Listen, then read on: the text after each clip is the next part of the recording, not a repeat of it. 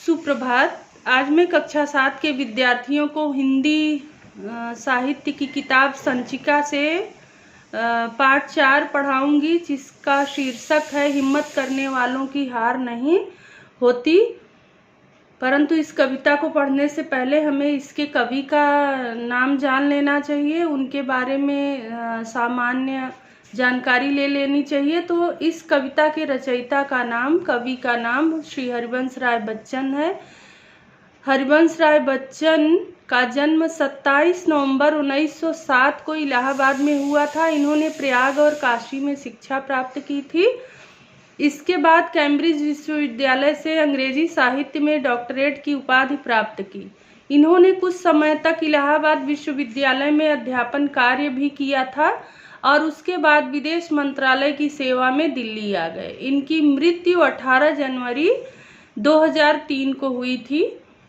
इनकी रचनाएं हैं मधुशाला, मधुबाला, मधुकलश, निशा निमंत्रण, एकांत संगीत, आकुल अंतर, प्रणय पत्रिका, क्या भूलूं क्या याद करूं और नीड़ का निर्माण फिर आदि है। अब हम चलते हैं कविता की तरफ। तो इस कविता में जो सामान्य जानकारी दी गई है वह यह बताया गया है कि मेहनत करने से ही हमें उपलब्धि प्राप्त होती है। बिना मेहनत के हमें कुछ भी प्राप्त नहीं होता है और किसी भी चीज को पाने के लिए हमें सतत प्रयास करते रहना चाहिए, न कि हमें हार कर बैठ जाना चाहिए। जब हम प्रयास करेंगे तो एक न एक दिन हमें सफलता अवश्य मिलेगी। आप एक एक लाइन पे ध्यान दीजिए। हिम्मत करने वालों की हार नहीं होती, लहरों से डरकर नैया पार नहीं होती। नन्ही चींटी जब दाना लेकर चलती है, चढ़ती दीवारों पर 100 बार फिसलती है। मन का विश्वास रगों में साहस भरता है, चढ़कर गिरना गिरकर चढ़ना न खरता है। आखिर उसकी मेहनत बेकार नहीं होती, हिम्मत करने वालों की कभी हार नहीं होती। जैसा कि इन पंक्तियों में बताया गया है कि हिम्मत करने वाले की, जो व्यक्ति हिम्मत रखता है किसी कार्य के प्रति या वो कभी भी उसकी हार नहीं होती। और हमेशा आप कोई भी कार्य करने जाइए तो उससे बिल्कुल भी निराश मत होइए। ये ना सोचिए कि हाँ हम ये काम करेंगे तो हमसे नहीं हो पाएगा। क्यों नहीं हो पाएगा? होगा। आप इसका उदाहरण इन पंक्तियों में दी गई चींटी, नन्ही चींटी से लीजिए कि जो नन्ही चींटी होती है, जब वो मुंह में दाना लेकर ऊपर चढ़ती है दीवार पे तो बार बार फिसल कर नीचे आती है, परंतु वह अपना ये जो सिलसिला है उसको ख़त्म नहीं करती। वह बार बार दीवार पे चढ़ने की कोशिश करती है और एक न एक दिन जो है वह उस दीवार पे चढ़ जाती है। यदि यह चींटी अपने साहस को ख़त्म कर दे और ये सोच ले कि हम नहीं चढ़ पाएंगे तो कदापि नहीं चढ़ पाएगा। इसीलिए यदि आप एक बार सफलता आपको नहीं प्राप्त होती है तो आप निराश मत होइए। बार बार आप कोशिश करेंगे तो एक न एक दिन आपको सफलता अवश्य प्राप्त होगी। डुबकियां सिंधु में गोताखोर लगाता है, जा जाकर खाली हाथ लौट कर आता है। मिलते न सहज ही मोती पानी में, बढ़ता दुगना उत्साह इसी हैरानी में। मुट्ठी उसकी खाली हर बार नहीं होती, हिम्मत करने वालों की हार नहीं होती। जिस तरह प्रथम पंक्ति में चींटी का उदाहरण देकर समझाया गया है, उसी तरह द्वितीय पंक्ति में जो गोताखोर होता है, जो समुद्र में गोता लगाता है, वह बार बार समुद्र की गहराई में जाता है, परंतु उसकी मुट्ठी जो होती है जरूरी नहीं कि हर बार भर जाए। हर बार वो समुद्र में जो कीमती वस्तुएं हैं उन्हें निकाल कर ले आए, परंतु वह जब बार बार जाता है तो उसकी मुट्ठी हर बार खाली नहीं होती। उसे किसी न किसी बार जो है खाली हाथ वापस आना होता है और कभी कभी वह अपने मुट्ठी में समुद्र के गहराइयों में छिपी हुई मोतियों को भी लेकर वापस आता है, अर्थात कीमती वस्तुओं को लेकर वापस आता है। यदि वह यह सोचकर निराश हो जाए कि मैं एक बार गया तो मुझे कुछ नहीं मिला, दोबारा गया कुछ नहीं मिला, तो वो तिबारा जाएगा ही नहीं।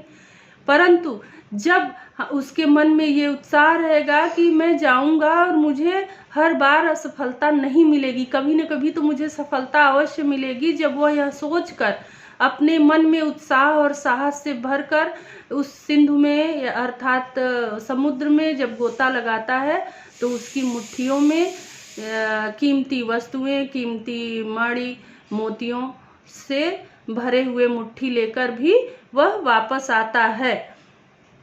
असफलता एक चुनौती है, इसे स्वीकार करो। क्या कमी रह गई देखो और सुधार करो। जब तक न सफल हो नींद चैन सब त्यागो तुम।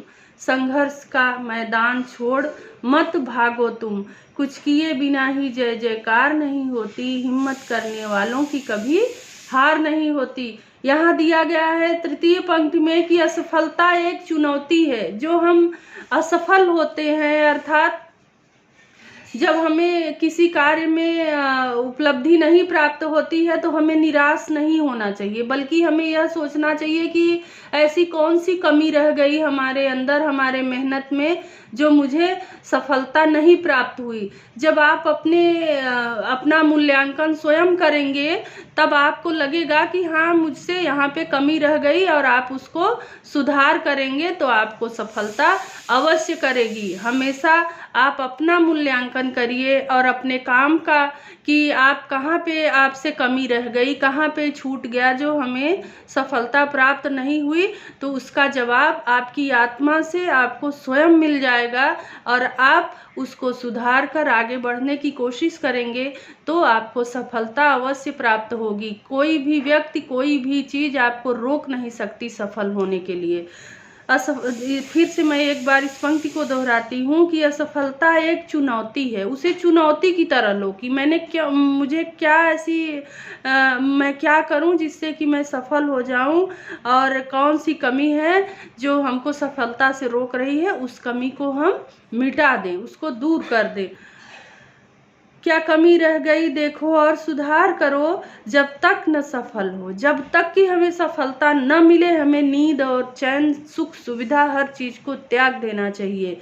संघर्ष करो, मैदान छोड़ मत भागो तुम। कुछ किए बिना ही जय जयकार नहीं होती। हिम्मत करने वालों की कभी हार नहीं होती। जब तक हम इस समाज में कोई अच्छा कार्य नहीं करेंगे, अच्छा व्यक्ति, बड़ा व्यक्ति या कोई भी मतलब आप जो प्रतिष्ठित पद पे नहीं पहुंचेंगे, तब तक आपकी इस संसार में जय जयकार नहीं होगी, आपको प्रसिद्धि नहीं मिलेगी।